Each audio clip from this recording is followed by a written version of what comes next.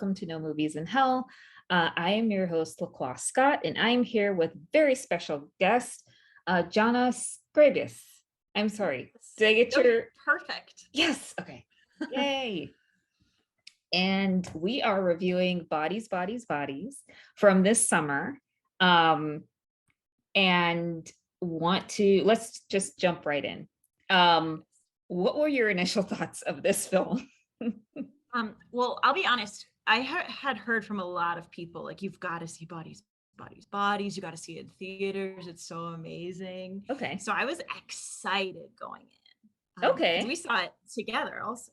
That's right. Yes. We were in the same theater at Alamo. And I think the same. Nate had heard that it was a really good film. I think it was like that Thursday before the Friday opening of the film too. That's right. We did see it super early. Yeah. Yeah. Yeah. I didn't even know I was capable of seeing movies before they came out.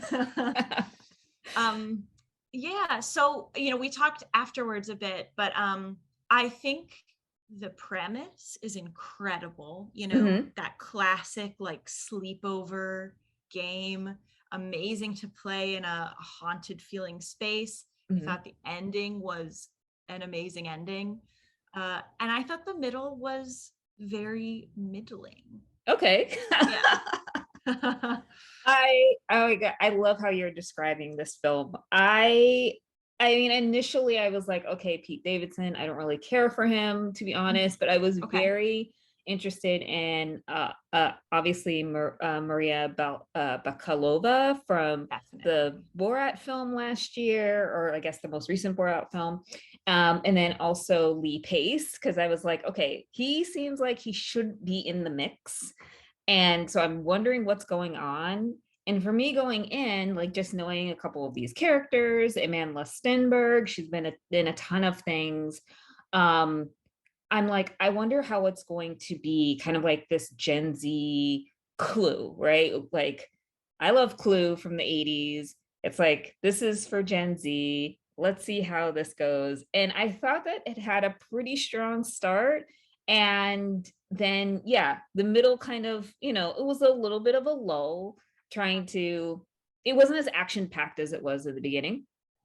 And then towards the end, I was like, okay, this is actually pretty interesting. Yeah. Well, I love you describing it as a Gen Z Clue. And I think if that was what they set out to do, they did it. Like you definitely, they delivered on that entirely. It felt like very now and very of a generation younger than me. Yes. But yeah, I thought like it could have been a little more creative through the center. It was kind of like typical slasher movie, which I do like a good slasher movie. It definitely had a little bit of a, I thought, Scream sort of feeling, yes. Which is a great classic thing to, do an homage to for sure. Do we talk spoilers so quickly? Oh yeah. So yes, we can talk about spoilers. So the cool payoff at the end, it's this basically film where people are dropping dead one by one. They're being murdered, and it's a whodunit. It's like, so by the end, you realize that the first murder that sets off this chain of murders was just an accident. Yes. Which is amazing. He was not murdered. It looks like a grisly murder of Pete Davidson's character, but the reality is he's just an idiot, and he was playing with a sword. And he impaled himself and died.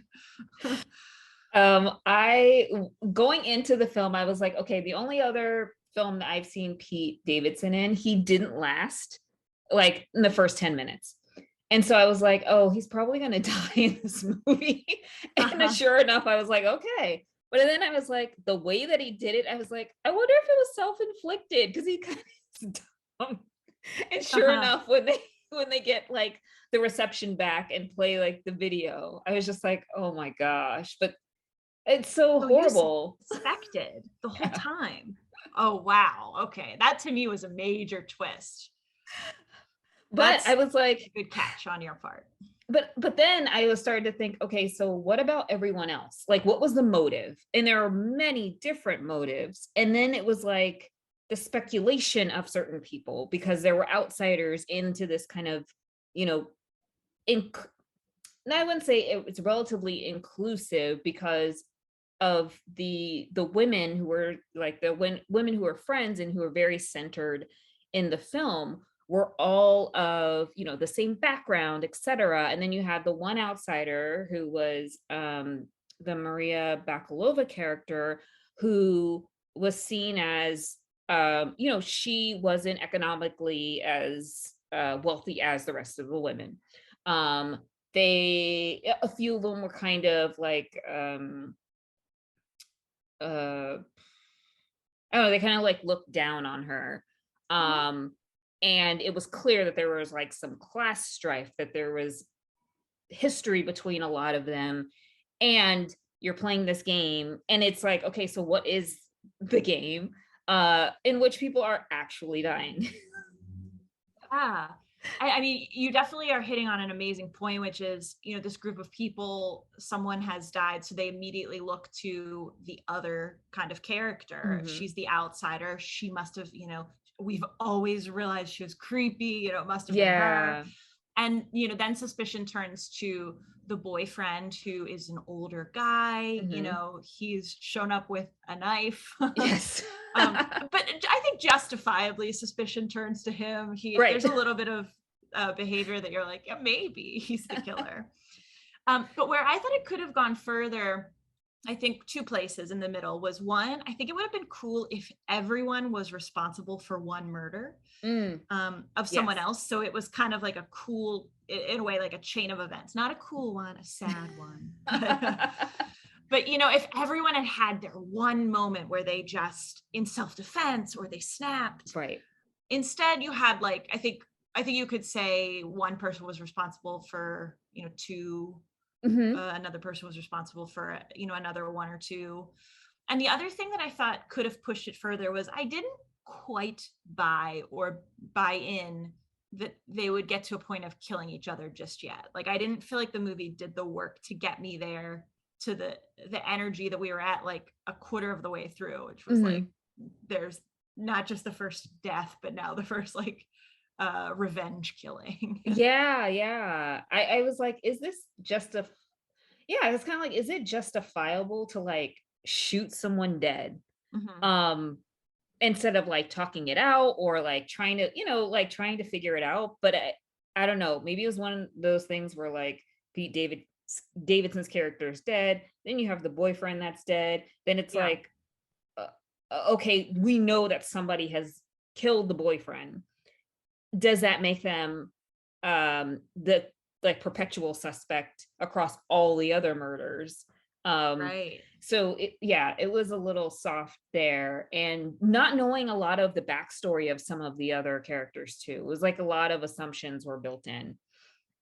Yeah, I agree. I think they could have been a little bit of a richer group of people, not Mhm. so kind of surface level, uh, with the sort of superficial friendships where that are kind of easy sometimes to write in horror movies. Although, you know, that's representative of people sometimes, That's and true.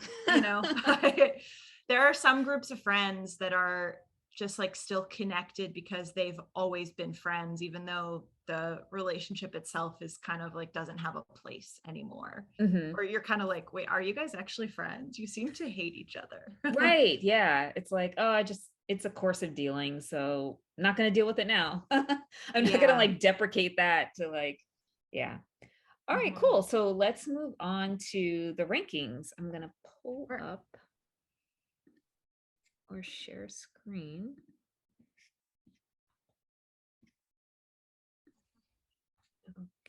So we'll Okay. see right away that Johnna is not great at this. No, this is great. So yeah, what were the standouts for you across our categories? And we like to pay special attention to some under current, you know, I guess normally underrepresented categories like costumes, hair and makeup, and jewelry. And I felt like in this case, it really, you know, wasn't represented, or bodies didn't really align with those three key categories for us, which is fine because I feel like a majority of films don't.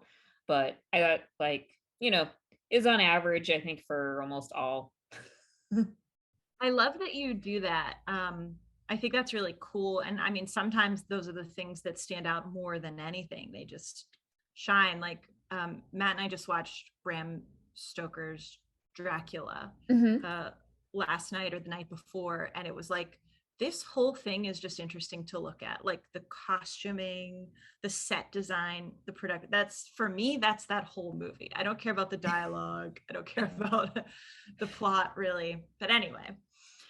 Um, what stood out looking at this list? I thought the acting for what was asked for of the actors, Hmm. I apparently rated it a 2, but for what was asked for of them, I think that they did a very good job and Okay. played Yeah. to the genre and played to what this film was asking them to do. Very cool. Yeah. So for me, I thought like I gave the soundtrack a 3, and I thought it was hilarious that in 2022, that's the year wherein I keep on forgetting, that the Gen Zers would still be listening to, or maybe, it was fresh in their mind to play Azalea Banks's 212, which is 10 years old. So I was like, oh, this is resonating with Gen Z. Like, this is hilarious. I don't know if it's considered like vintage for them, or if this was like they couldn't find budget, or they didn't know like what was the coolest, like maybe they couldn't afford Dua Lipa. I don't know. Like in terms of Yeah. the soundtrack, I was like, oh, interesting that they would choose 212. Really interesting. I've heard sometimes that more recent songs can be cheaper because putting them in things is kind of like a promotional tool. Mm-hmm. Something that's 10 years old, I'm not sure where that would fall in terms of like, you know, how much it costs because its relevance is it's not classic. It's not, no one's promoting it anymore. I don't know. Mm-hmm. That's a cool observation. Yes, I gave that category a question mark because I didn't think about it once the entire time I was watching this movie. It didn't enter my brain. So sorry. No, it's all good. I thought for I guess a horror film, the production and set quality was actually pretty good. To get Yeah, all of like the glass, or and the blood, the glass, the exteriors, like having that pool and having like all this space that they navigated through, I actually thought that was pretty impressive. totally agree. Also, really economical. You're in one location for the entire movie. It probably was shot at like that location for real, with the Hmm. pool and with the grounds. So, yeah, if you're a line producer, that that's a dream. But I agree. That was a cool set. I bought it. It felt like a real home that people lived in. Hmm. A good mix of like really rich, carefully selected things, and then kind of those like trinkets and sort of family life things that everybody has Hmm. around their house. Yes. Yeah. Cool, cool. All right. So, any final thoughts on Bodies, Bodies, Bodies? Wow. Uh, it was a very great idea for a movie. I love the premise of you're playing effectively a children's game and it turns real. And like you said, that is just Clue. um, yeah, and I'm glad we saw it together. Yes.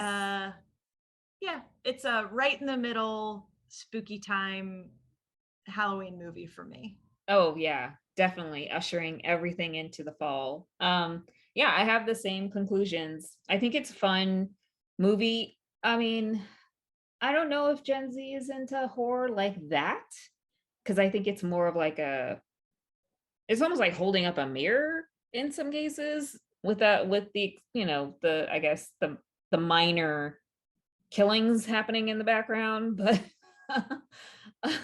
Yeah, I guess, if they want to hold up a mirror to that sort of cultural thing of sort of like being so on your phone, Mhm. uh, I guess they could have gone further if that was an intention. I didn't feel it as much. Mm-hmm. Yeah, I was Um, like, technology. When you lose technology, then like all hell breaks loose. that is kind of the point, isn't it? Yeah, that's pretty interesting. Yeah, when they disconnected from the internet, people died. Like the premise. Yeah. Yeah, that's a cool. Yeah, you're good at this.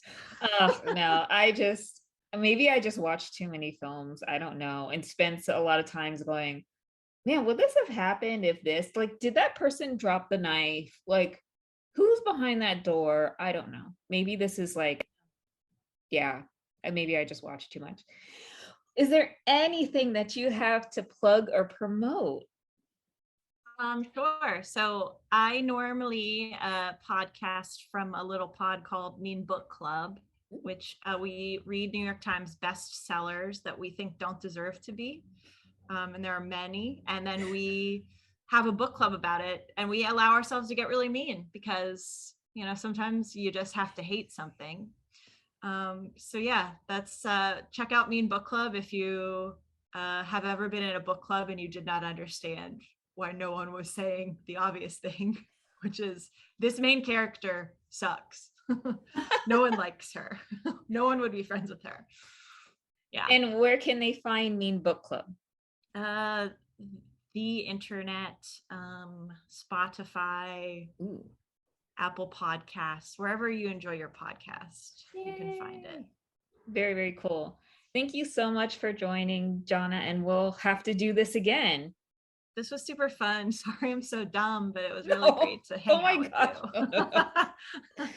I'm telling you, I spend too much time watching film. I need to actually open up the books, like the 20 books that I have ordered, especially during the pandemic, and just like they've just been accumulating. And I'm like, I need to get to that. And I just stare at the pile and then I'm like, oh, what's on Netflix? Yeah. It's a terrible I do that too with reality TV. It's bad. All right. Thank you. Yeah. See I'm ya. gonna stop recording.